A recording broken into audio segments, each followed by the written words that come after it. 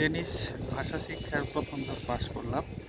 তো আজ আমার মডিউল ওয়ানের টেস্ট ছিল, এটা শেষ হলো। মডিউল ওয়ানটা কি এবং পরীক্ষায় কি কি হয় বা কিভাবে হয় এইগুলো নিয়ে একটু কথা বলবো। মডিউল ওয়ান শেষ করতে আমার 3 মাস লাগলো। আমি শুরু করছিলাম ডিসেম্বরের 7 তারিখ থেকে আমাদের ক্লাস হলো, আর আজকে মার্চের 6 তারিখ। আমি PD3 করছি। PD3-তে আমার টোটাল 5টা মডিউল আছে। আর যদি আরো ভালো করে ডেনিশ ভাষা কেউ শিখতে চায় সেক্ষেত্রে 6 নম্বর মডিউল আরেকটা আছে, সেটাও করতে পারে। তো প্রথম মডিউল শেষ হলো, আর 4টা আছে। এই মডিউলের ভিতরে মেইনলি ওরা যেটা শেখায় 6টা পার্ট আছে মডিউল এতে। 6টা পার্টের ভিতরে কাজ, তারপর বাসস্থান, তারপর ট্রান্সপোর্ট, তারপর স্টাডি, এই ধরনের কয়েকটা পার্ট আছে। এই 6টা পার্টের আসলে বেসিক কমিউনিকেশনটা ওরা শেখায় আর কি। পরীক্ষার ক্ষেত্রে পরীক্ষাটা মেইনলি 10 মিনিটের পরীক্ষা, 10 মিনিটের একটা ভাইবা কমিউনিকেশন, ওরাল কমিউনিকেশন। তো এখানে 2টা পার্ট। একটা হচ্ছে যে আমাকে কিছু কোশ্চেন করলো, আমি ওটা আমার অ্যান্সার দিতে হলো। আর আমার কিছু কোশ্চেন আমার টিচারকে করতে হয়েছে। 6টা টপিক আছে পরীক্ষার জন্য। তো এই 6টা টপিক থেকে 2টা টপিক আপনার নিজে চুজ করতে হয়। 2টা টপিক থেকে যে কোনো একটা থেকে হচ্ছে আপনাকে কোশ্চেন করবে, আপনার অ্যান্সার দিতে হবে। আর তো ওই এক একটা টপিকের আবার 6টা করে পিকচার, 6টা পিকচার থেকে টোটাল কারেক্ট কোশ্চেন করতে হবে 7টা। তো মিনিমাম আবার 4টা টপিক পিকচার ধরতে হবে।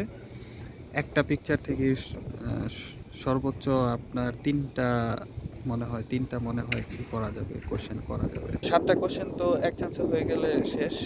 আর 7টা কোশ্চেন যদি না হয় সেক্ষেত্রে আরও কিছু চান্স দিবে, 10-12টা কোশ্চেন করার চান্স দিবে। তো আমার কাছে মনে হয়েছে যে কোশ্চেন করার পার্টটা একটু কঠিন অ্যান্সার দেওয়ার চেয়ে।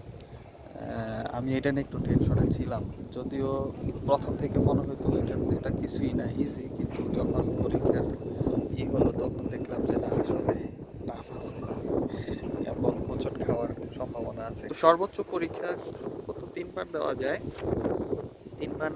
3বারে পাস করতে না পারলে ওই ডিপোজিটের মানি এটা মায়ের, এবং নতুন করে আবার শুরু করতে হবে। আমি যতদূর শুনছি যে মডিউল 1-2 এগুলো একটু ইজি, কিন্তু মডিউল 3-4 বা এরপরে 3 থেকে পরীক্ষাগুলো বেশ কঠিন হয়। যারা আসার প্ল্যান করছেন, ভাষা শিক্ষার ব্যাপারটা মাথায় রাখতে পারেন। আমি বলবো যে আসলে সবারই শেখা উচিত অ্যাটলিস্ট মডিউল 1 এবং 2, কারণ হচ্ছে বেসিক কমিউনিকেশনটা যদি জানা যায় সেক্ষেত্রে নিজে নিজে অনেক কিছু শেখা যায় এবং কাজের অনেক ক্ষেত্র বাড়বে। কাজের ক্ষেত্রে একটা ইম্পর্ট্যান্ট রিকোয়ারমেন্ট থাকে যে ডেনিশ বলতে পারতে হবে। তো প্রবলেম হচ্ছে ওই যে 2000 টাকা একটা ডিপোজিট দেওয়া লাগে, 2000 ক্রোনার, যেটা বাংলাদেশি টাকায় প্রায় 35,000 টাকা। আবার ফেল করলে এটা মায়ের, পাস করলে হচ্ছে এটা আবার কন্টিনিউ হবে। আর এটা শুধু প্রতিদিন চলাফেরার ক্ষেত্রে প্রয়োজনীয় না, এবং কাজের ক্ষেত্রে তো অবশ্যই। কিন্তু টেনিস আপনার রেসিডেন্সি পিআর পাওয়ার জন্য কিন্তু এটা লাগবে, PD3টা লাগবে। 4 বছরের যেই পার্মানেন্ট রেসিডেন্সি পাওয়ার যে হিসাবটা আছে, এটার ভিতরে একটা রিকোয়ারমেন্ট হচ্ছে যে ডেনিশ PD3 ল্যাঙ্গুয়েজ পাস করতে হবে। তো যারা আসতেছেন বা যারা লং টার্ম প্ল্যান করতেছেন, আমি বলবো যে এখানকার জন্য